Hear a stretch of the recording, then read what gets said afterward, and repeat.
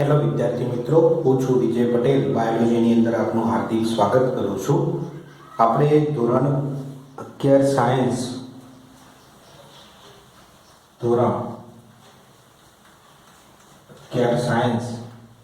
પ્રકરણ નંબર 13 પ્રકાશ સંશ્લેષણ સાથે સંબંધિત એ ચર્ચા વિચારણા કરતા હતા. પ્રકાશ આધારિત રાસાયણિક પ્રક્રિયાઓ વિશે આપણે સમજૂતી કેળવી લીધી હતી. હવે પ્રકાશ આધારિત રાસાયણિક પ્રક્રિયાઓની અંદર એ આપણે ચક્રીય ફોટોફોસ્ફોરાયલેશન, અચક્રીય ફોટોફોસ્ફોરાયલેશન વિશે આપણી માહિતી કેળવી. આજનો આપણો ટોપિક છે કે રાસાયણિકૃત અધિકૃત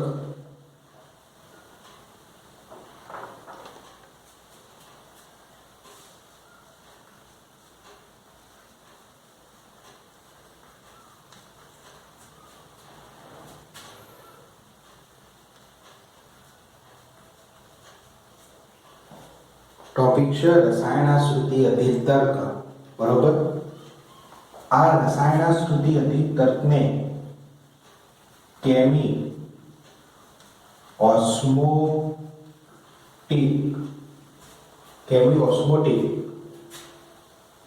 અધિક તર્ક તરીકે પણ એને ઓળખવામાં આવે છે. કેમી ઓસ્મોસિસ નામના વૈજ્ઞાનિકે આ પરિકલ્પના રજૂ કરી હતી કે કેવી રીતે એટીપીનું સંશ્લેષણ થતું હશે. એના માટેના નામ ઉપરથી કેમી ઓસ્મોટિક અધિક તર્ક એ હેડિંગ આપવામાં આવેલું છે. આ કેમી ઓસ્મોટિક અધિક તર્ક શું કહેવા માંગે છે? તો પ્રકાશ રાસાયણિક પ્રક્રિયા દરમિયાન એ કેવી રીતે હરિતકણની અંદર, એટલે કે વાસ્તવિક રીતે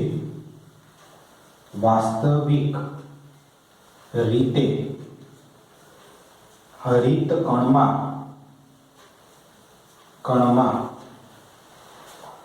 કેવી રીતે એટીપીનું નિર્માણ થાય છે તેના ઉપર આધારિત છે. હરિતકણ વિશે એ આપણે બધા જાણીએ છીએ. હરિતકણની અંદર કેવા પ્રકારની રચના હોય છે એના વિશે આપણે બધા જાણીએ છીએ.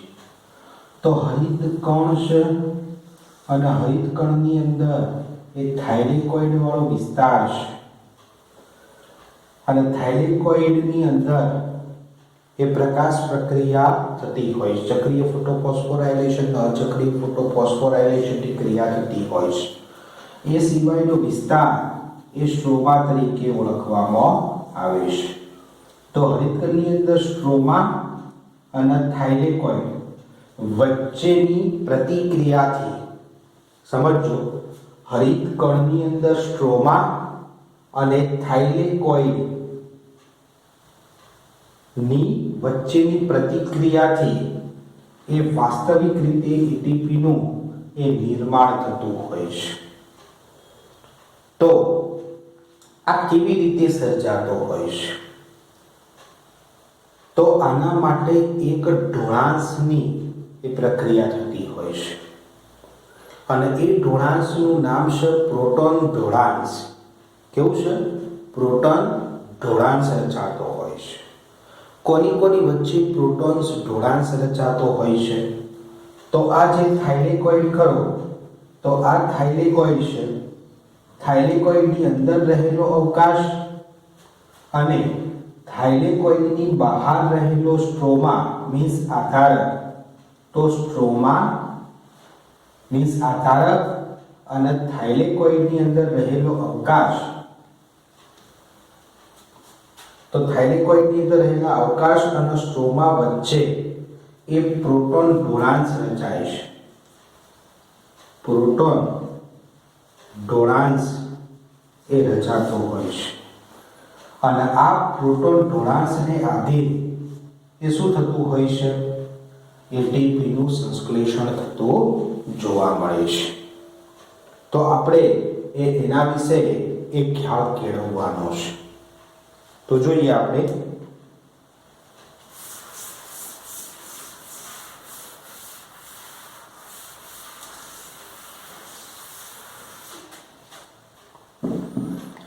સમજી લઈએ કે દાખલા તરીકે આ ફિગર હું દોરું છું. આ ફિગરની અંદર આ થાઇલેકોઇડ છે. આ થાઇલેકોઇડનું પટલવાળો વિસ્તાર છે. આ થાઇલેકોઇડનો પટલવાળો વિસ્તાર છે. એવું નામ નિર્દેશન કરીએ તો આ થાઇલેકોઇડ પટલ છે.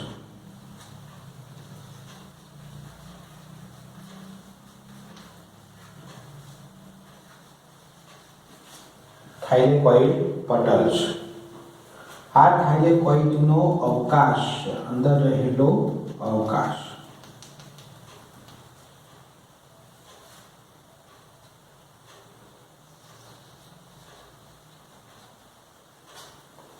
અને આ થાઇલેકોઇડના ફરતેનો સમગ્ર વિસ્તાર ખરો તો આ સમગ્ર વિસ્તાર એ સ્ટ્રોમા છે. ખરેખરનો આધારકવાળો વિસ્તાર સ્ટ્રોમા છે. હવે થાઇલેકોઇડનો પટલવાળો વિસ્તાર ખરો એ પટલવાળા વિસ્તારની અંદર આ રીતે હું દોરી દઉં છું. થાઇલેકોઇડ પટલવાળા વિસ્તારની અંદર PS2 અને PS1 જેવી પ્રક્રિયાઓ પ્રકાશ આધારિત થતી હોય છે. PS1 એટલે શું, PS2 એટલે શું એ તમને આસાનીથી ખ્યાલ છે. હવે જોજો કે જ્યારે પણ પ્રકાશ આધારિત પ્રક્રિયા હોય ત્યારે પ્રકાશ આધારિત પ્રક્રિયા ભણી ગયા એ પ્રમાણે PS1 સિસ્ટમ દર્શાવતા હોય અચક્રીય ફોટોફોસ્ફોરાયલેશન જ્યારે પ્રક્રિયા થતી હોય ત્યારે અચક્રીય ફોટોફોસ્ફોરાયલેશન પ્રક્રિયા દરમિયાન એ પાણીના અણુઓનું વિભાજન થાય છે. અને પાણીના એક સાથે 4 અણુઓનું વિભાજન થાય છે ત્યારે 4H+ અને 4OH- આયનો મુક્ત થાય છે. તો પ્રકાશ આધારિત થાઇલેકોઇડ પટલની અંદર અથવા તો થાઇલેકોઇડની અંદર એના અવકાશમાં પાણીનું પ્રકાશ પ્રેરિત વિભાજન થાય.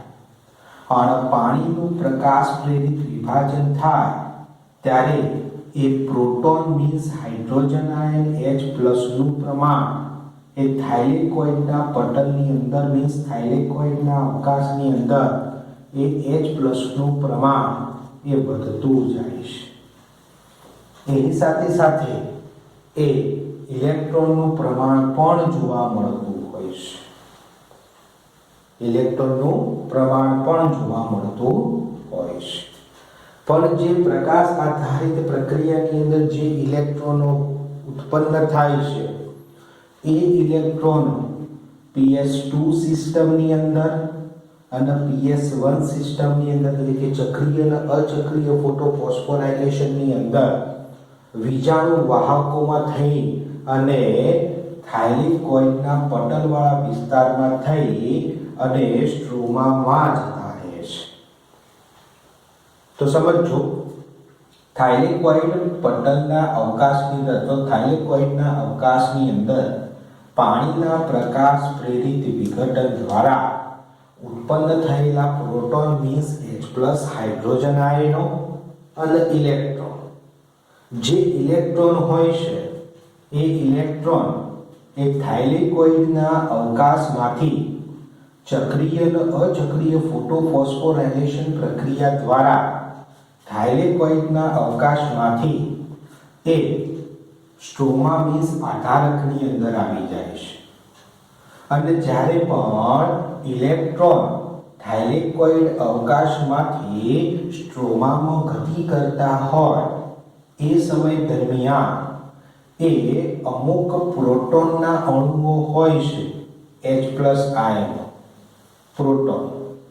તો આ H+ આયનો પ્રોટોન પણ ઇલેક્ટ્રોનની સાથે ગતિ કરી અને થાઇલેકોઇડના અવકાશમાંથી એ સ્ટ્રોમામાં ગતિ કરી આવે છે. જ્યારે પણ આવા પ્રોટોન અને ઇલેક્ટ્રોન એક સાથે એ PS1 કે PS2 દ્વારા થાઇલેકોઇડના અવકાશમાંથી સ્ટ્રોમામાં જ્યારે ગતિ કરી આવે છે ત્યારે PS1 પ્રક્રિયા દ્વારા આપણે જાણીએ છીએ કે અહીંયા શું થાય છે, તો અહીંયા NADP સાથે ફોસ્ફેટનો અણુ અથવા તો પ્રોટોન જોડાય છે, હાઇડ્રોજન આયન જોડાય છે, જે ઇલેક્ટ્રોનની સાથે બહાર આવેલો છે થાઇલેકોઇડના અવકાશના આધારે. તો થાઇલેકોઇડના અવકાશમાંથી ઇલેક્ટ્રોનની સાથે એ આ પ્રોટોન મીન્સ હાઇડ્રોજન આયન જે બહાર આવે છે સ્ટ્રોમામાં, એ હાઇડ્રોજન આયન સ્ટ્રોમાની અંદર એ NADP નિકોટિનેમાઇડ એડેનાઇન ડાઇન્યુક્લિયોટાઇડ ફોસ્ફેટ સાથે જોડાઈ જાય છે અને જોડાવાના કારણે એ NADPH2 નું નિર્માણ કરે છે. આ NADPH2 મીન્સ શું? નિકોટિનેમાઇડ એડેનાઇન ડાઇન્યુક્લિયોટાઇડ ફોસ્ફેટ ઓક્સિજનેજ જે વનસ્પતિઓની અંદર એ શક્તિના સ્ત્રોત તરીકે જાણીતો છે. આ માટે જવાબદાર ઉત્સેચક કયો છે? તો આ માટે જવાબદાર ઉત્સેચક NADP રિડક્ટેજ નામનું ઉત્સેચક એ NADP માંથી NADPH2 ના નિર્માણ માટે જવાબદાર ઉત્સેચક છે કે જે સ્ટ્રોમાની અંદર પ્રેઝન્ટ હોય છે. એટલે જે પણ પ્રોટોનના અણુઓ હતા એ પ્રોટોનના અણુઓ થાઇલેકોઇડના અવકાશમાંથી અમુક જ પ્રોટોનના અણુઓ જે સ્ટ્રોમામાં આવે ઇલેક્ટ્રોનની સાથે એ NADP સાથે જોડાઈને શક્તિનું સ્વરૂપ ધારણ કરે છે NADPH2. એટલે જે સ્ટ્રોમાની અંદર પ્રોટોન હોય છે એ NADPH2 ના નિર્માણની અંદર વપરાઈ જાય છે. એટલે સ્ટ્રોમાની અંદર પ્રોટોન નું પ્રમાણ ઘટે છે, એટલે ઓછું થાય છે પ્રોટોનનું પ્રમાણ. એની સરખામણીમાં સ્ટ્રોમાની સરખામણીમાં થાઇલેકોઇડના અવકાશની અંદર એ પ્રોટોનનું પ્રમાણ વધુ હોય છે. તો અહીંયા વધુ પ્રોટોનના અણુઓ છે, જ્યારે સ્ટ્રોમાની અંદર ઓછા પ્રોટોનના અણુઓ છે. તો સ્ટ્રોમા અને થાઇલેકોઇડના અવકાશને સરભર કરવા માટે એક ઢોળાંશ રચાય છે અને એ ઢોળાંશને પ્રોટોન ઢોળાંશ કહે છે. મીન્સ વધુ સંકેન્દ્રણવાળા વિસ્તારમાંથી ઓછા સંકેન્દ્રણવાળા વિસ્તાર તરફ એ પ્રોટોનના અણુઓ ગતિ કરીને આવે છે. એટલે કે થાઇલેકોઇડના અવકાશમાંથી પ્રોટોન્સ હવે સ્ટ્રોમાની અંદર ગતિ કરીને આવે છે. કોને ઓળંગીને આવે છે? તો થાઇલેકોઇડ પટલ. આ થાઇલેકોઇડ અવકાશ અને સ્ટ્રોમા વચ્ચેનું કેન્દ્ર શું છે? થાઇલેકોઇડ પટલ છે. તો પ્રોટોનને જો સ્ટ્રોમાની અંદર આવવું હોય તો થાઇલેકોઇડ પટલને ઓળંગવું પડતું હોય છે. બરોબર? તો વધુથી ઓછા તરફ આવવાની ક્રિયાને એ શું કહેવાય? ઢોળાંશ કહેવામાં આવે છે. જે પ્રોટોન્સ ઢોળાંશ રચાતો હોય છે. હવે પ્રોટોન્સ ઢોળાંશ થવા માટે થાઇલેકોઇડ પટલની જરૂરિયાત ઊભી થાય છે. થાઇલેકોઇડ પટલની અંદર સમજો, થાઇલેકોઇડ પટલની અંદર એક ATPase કરીને ઉત્સેચક અવેલેબલ હોય છે. દાખલા તરીકે આ ATPase નામનો ઉત્સેચક છે થાઇલેકોઇડ પટલની અંદર. એ થાઇલેકોઇડ પટલની અંદર થાઇલેકોઇડ પટલનો વચ્ચેનો અવકાશ છે. આ અવકાશની અંદર એના મુખ્યત્વે ATPase ના મુખ્યત્વે બે ભાગો જોવા મળે છે. પ્રકારો નહીં. એક થાઇલેકોઇડ પટલનો જે અવકાશ ખરો આ વચ્ચેનો, એની અંદર એક પોલો ભાગ બનાવે છે.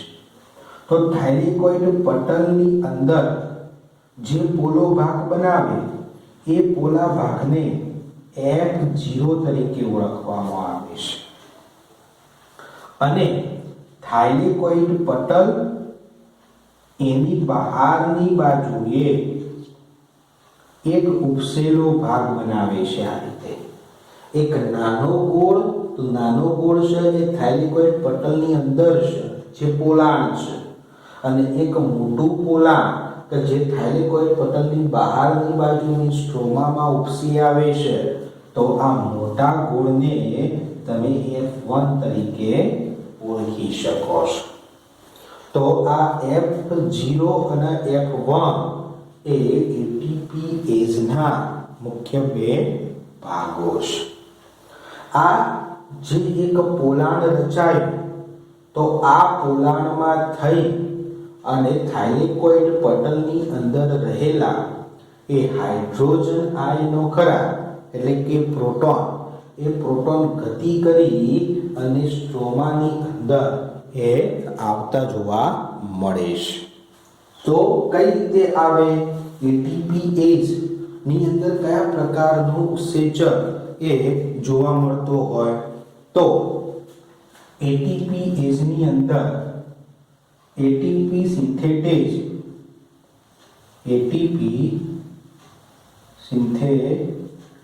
નામનો ઉત્સેચક એ જવાબદાર બનતો હોય છે તો એટીપીએઝ ની અંદર એટીપી સિન્થેટેઝ નામનો ઉત્સેચક પ્રેઝન્ટ હોય છે જ્યારે વધુથી H+ આયનો એ ગતિ કરી F1 F0 માં આવે F0 માંથી એ F1 માં આવે અને F1 ની અંદર હાઇડ્રોજન આયનો જ્યારે આવે છે ત્યારે એટીપી સિન્થેટેઝની ઉત્સેચકની મદદથી એ સ્ટ્રોમાની અંદર રહેલા સમજો H+ આયનો થાઇલેકોઇડના અવકાશમાંથી F0 માં આવે F0 માંથી F1 ની અંદર આવે H+ આયનો F1 ની અંદર રહેલા એટીપી સિન્થેટિક ઉત્સેચકની મદદથી સ્ટ્રોમાની અંદર રહેલા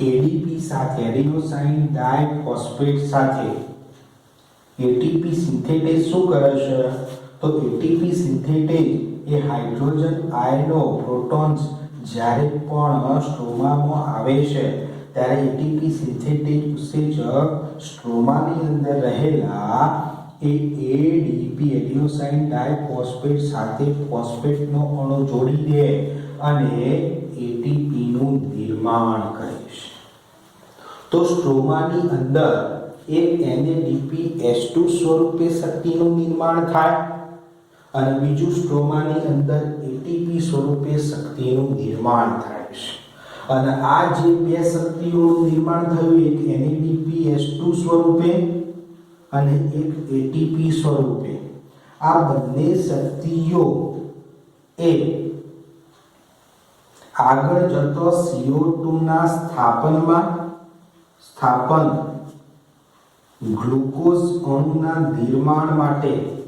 ગ્લુકોઝ અણુના નિર્માણ માટે એ વપરાય છે